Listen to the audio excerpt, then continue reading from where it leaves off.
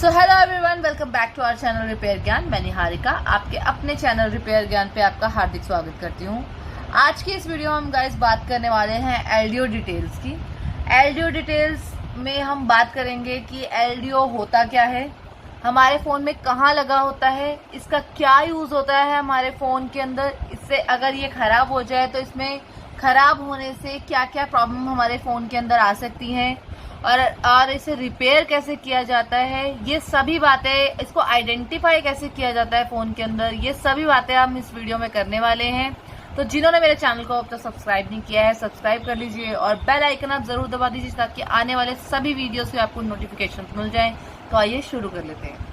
LDO का काम होता है कि हमारे फ़ोन में जो वोल्टेज होती है उसे घटाने या बढ़ाने का काम, ये सारा काम जो होता है वो एलडीओ के वजह से किया जाता है फ़ोन के अंदर। तो ये तो हो गया एलडीओ का काम कि वोल्टेज को इंक्रीज़ और डिक्रीज़ करता है। ये जितनी नीड होती है उतना ये वोल्टेज जो है प्रोवाइड करता है। तो अभी बात करते हैं कि इसका यूज़ जो है हमारे फ़ोन में कब से हो रहा है, अभी ये कैसा दिखता है। देखिए, पहले अगर आपने पहले के बोर्ड अगर आप उठाते हैं या फिर आपने कभी पहले मोबाइल रिपेयरिंग की है या आप मोबाइल रिपेयरिंग अभी कर रहे हैं, तो आपके पास जो पुराने टाइप के जो फ़ोन आते हैं उनमें अगर आप देखेंगे एलडीओ का जो पहले अभी एलडीओ लगे होते हैं, पहले जो इसकी जगह पे 3 जो है वो कंपोनेंट जो है लगे होते थे एलडीओ की जगह पे। वो 3 कंपोनेंट्स हैं हमारे, एक है हमारा डायोड, एक है हमारा ट्रांजिस्टर और एक है हमारा रेजिस्टर। तो यहाँ लिख भी लेते हैं। फर्स्ट पॉइंट हो गया हमारा किन कंपोनेंट के बेसिस पे एलडीओ लगाया गया है। फर्स्ट है हमारा रेजिस्टर, दूसरा है हमारा ट्रांजिस्टर और तीसरा है हमारा डायोड। इन तीनों की जगह पे अब हमारे फ़ोन में लगा होता है एलडीओ। ये 3 कंपोनेंट जो है पहले एलडीओ की जगह पे लगाए जाते थे।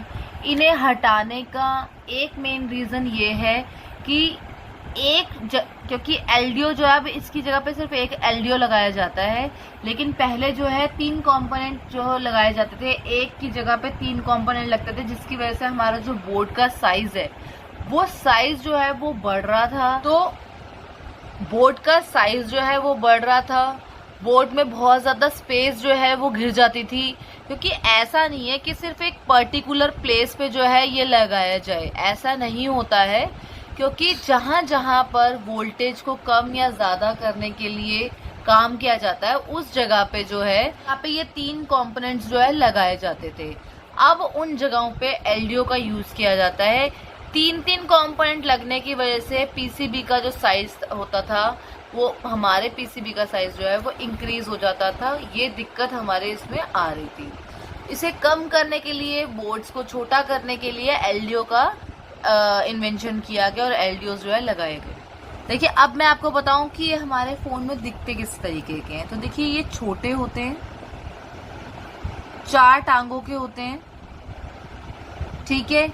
ये 4 टांगों के होते हैं, ब्लैक कलर के होते हैं प्लास्टिक बॉडी में, और इनकी वोल्टेज जो आपको देखने के लिए मिलेगी मैं वो भी आपको क्लियर कर देती हूँ। देखिए, इसको समझने के लिए मैं आपको पहले एक बात बता दूं। ये जो इसकी जो फर्स्ट पिन होती है ये होती है हमारी इनपुट। तो इसकी जो सामने वाली पिन होगी ये होगी आउटपुट। इसकी थर्ड पिन जो होती है यहाँ वाली वो होती है ग्राउंड, ठीक है। और जो चौथी पिन होती है वो होती है ईएन। ईएन मतलब इनेबल सिग्नल, ठीक है। मैं आपको एक बात बता दूं कि अगर आपकी ये जो चौथी वाली पिन है ये इनेबल की, अगर ये जो है एक्टिव नहीं होगी, आपको एक मैं बात समझा दूं कि अगर हमारी ये जो 4th पिन है ईएन वाली ये एक्टिव नहीं होगी या इसमें कोई दिक्कत होगी तो आपकी जो वोल्टेज, जो आउटपुट की जो वोल्टेज है वो यहाँ से जनरेट नहीं हो पाएगी, वो नहीं निकल पाएगी। आउटपुट की जो सप्लाई होगी यहाँ से वो नहीं निकल पाएगी। इतना बात आपको क्लियर हो गया। सेकंड, मैं आपको एक और बात बता दूं कि जैसे मान लीजिए कि यहाँ से इसे किसी एरिया से सप्लाई मिल रही है और इसकी इस पिन पे जो है जा रही है। अब इसने इसको आउट सोर्स पे, आउट पिन पे निकालना है। कैसे निकालेगा ये? देखिए, यहाँ पे मान लीजिए एक आईसी है जिसे ज़रूरत है 1.8 की। ये कोई भी आईसी हो सकती है, मैंने एक एग्जाम्पल के तौर पे ले लिया आपको समझाने के लिए। अब मान लीजिए यहाँ से एंटर कर रहा है 3.7, 3.2, जितना भी एंटर हो रहा है, ये एग्जाम्पल समझा रही हूँ मैं आपको। और यहाँ से इस पिन ने जो है इसको 1.8 की जरूरत है, अब 1.8 निकालना है। तो इसको जितनी जरूरत है ना ये इतनी ही निकालेगा। जैसे यहाँ पे जरूरत है 1.8 की, चाहे यहाँ पे 3.7 आ रहा हो, 3.5 आ रहा हो, 3.2 आ रहा हो, लेकिन इस आईसी को जहाँ ये आउटपुट की लाइन से इसको जा रही है सप्लाई, यहाँ पे इस वाली आईसी को अगर चाहिए 1.8 तो यहाँ से 3.7 एंटर हो रहा है और ये इसको दे रहा है 1.8, क्योंकि इनका काम ही है वोल्टेज को डिक्रीज और इंक्रीज करना, या जिस जगह पे जितनी वोल्टेज की जरूरत है, जितनी सप्लाई की जरूरत है, जिस कंपोनेंट को जितनी सप्लाई की वोल्टेज की जरूरत है, ये उतनी जो है कन्वर्ट करके उसे दे देता है। इसका मेनली काम ही यही है। जो पहले काम ये 3 किया करते थे बोर्ड के अंदर, अब वो अकेला एलडीओ जो है वो करके हमारे बोर्ड में सप्लाई को इंक्रीज डिक्रीज करने का काम कर लेता है। ये आपको समझ में आ गया। अब देखिए एक बात मैं आपको बताऊं, ये हो गया हमारा ओल्ड वर्जन, ठीक है, ये ओल्ड वर्जन, ये है हमारा न्यू वर्जन, ये हमारा न्यू वर्जन। लेकिन अब क्योंकि हम इतने एडवांस हो गए, हमारे पास इतने एडवांस टेक्नोलॉजीज के मोबाइल आ गए हैं, तो अब जो क्या हो रहा है ना कि ये देखिए पहले था कि तीन जो है वो कंपोनेंट लगा के वो वोल्टेज को कंट्रोल किया जाता था। फिर उसके बाद अब जो लेटेस्ट में आ रहे थे वो ये हो रहा था, न्यू जो हमारे फोन्स आ रहे थे उसमें ये हो रहा था कि एलडीओ लगा दिया, जहाँ जहाँ पे वोल्टेज को इंक्रीज डिक्रीज करना है वहाँ पे हमने एलडीओ लगा दिया। लेकिन ये हो गया न्यू वर्जन। लेकिन अब जो हमारा लेटेस्ट वर्जन है उसमें आपको ये एलडीओ देखने के लिए नहीं मिलेंगे। क्यों नहीं मिलेंगे? पहले तो 3 का काम एक, अब 3 का काम 1 में होने लग गया। लेकिन फिर भी अब क्योंकि ये है, देखिए मान लीजिए आपके फोन में मान लीजिए 10 आईसी है। अब 10 आईसी की अपनी एक रिक्वायरमेंट होती है सप्लाई की, अपनी एक रिक्वायरमेंट होती है वोल्टेज की। अब उस 10 के लिए 10 एलडीओ लगाए गए बोर्ड में, तो जगह और घिरती है उस चीज से। कम हुई स्पेस पहले के मुकाबले, लेकिन फिर भी जगह जो है वो घिर रही है। तो इसके लिए अब क्या आ रहा है लेटेस्ट फोन्स में, जो हमारे आज के नए स्मार्टफोन्स आ रहे हैं, 5G फोन्स आ रहे हैं, उनमें क्या हो रहा है, उनमें ये है अब आपको उनमें ये चीजें देखने के लिए नहीं मिलेगी, ये एलडीओ देखने के लिए नहीं मिलेंगे आपको। अब क्या मिलेगा आपको देखने के लिए, ये देखिए मैं समझा दूं आपको। ये है हमारी पीएम मतलब पावर आईसी। ये पावर को मैनेज करती है फोन के अंदर। तो मान लीजिए आपके फोन में 10 सप्लाई देनी है आपको, मान लीजिए 10 आईसी है छोटी बड़ी, मान लीजिए ये हमारा पीएफओ हो गया, ये हमारा सीपीयू हो गया, ये हमारा और कोई आईसी हो गया। ऐसे मान लीजिए इनको सप्लाई देने के लिए, अब यहाँ अगर हम पुराने फोन्स के अकॉर्डिंग देखें तो यहाँ पे इन तीनों की रिक्वायरमेंट के लिए हमें 3 अलग एलडीओ लगाने पड़ेंगे। लेकिन अब ऐसा नहीं है। आपके फोन में क्या करेंगे, ये जो हमारी पीएम है, अगर मान लीजिए ये 3 इनकी रिक्वायरमेंट्स को पूरा करने के लिए 3 एलडीओ लगते, अब ऐसा नहीं है।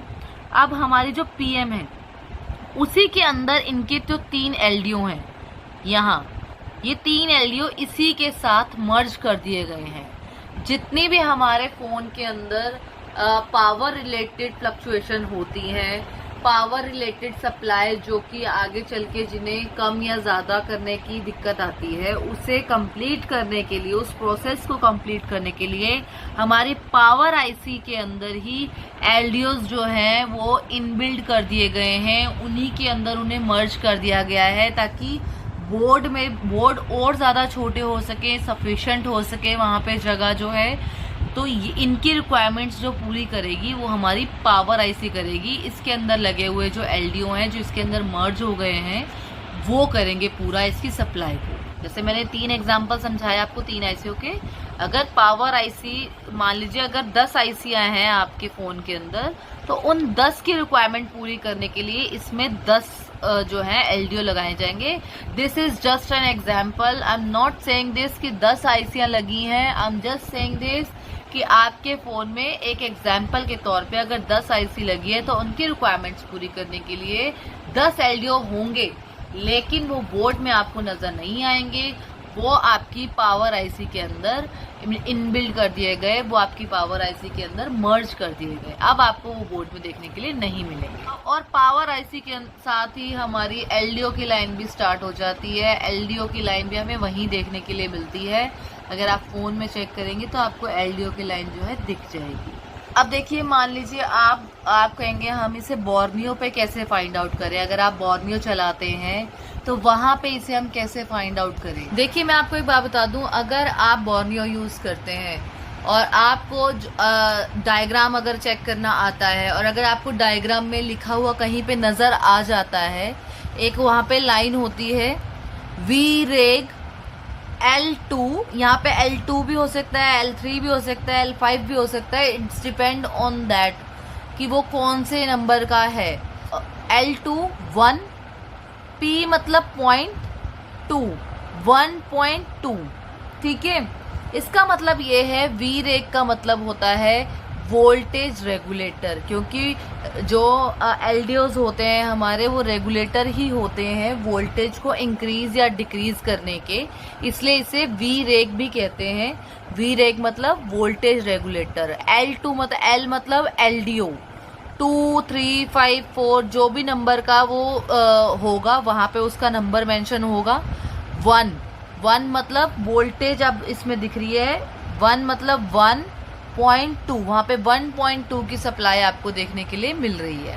ये कुछ डिफरेंट भी हो सकता है, ये एक एग्जाम्पल के तौर पे मैंने आपको समझा दिया। हाँ, ये फॉर श्योर है कि वहां पे आपको देखने के लिए मिल जाएगा VREG L, फिर समथिंग जोन सा भी वो एलडीओ होगा, उस नंबर का एलडीओ, फिर वहां पे आपको वोल्टेज देखने के लिए मिल जाएगी कि ये इस वाले एलडीओ का वोल्टेज इतना जनरेट हो रहा है। तो ये सारा मटेरियल जो मैंने आपको बताया, अगर आपको समझ आया है, पसंद आया है, तो प्लीज हमारी वीडियो को लाइक शेयर जरूर करें, चैनल को आप सब्सक्राइब जरूर करें और जुड़े रहें हमारे साथ रिपेयर ज्ञान पे। मैं निहारिका फिर से आपसे मिलूंगी किसी दूसरी वीडियो में। Thank you so much.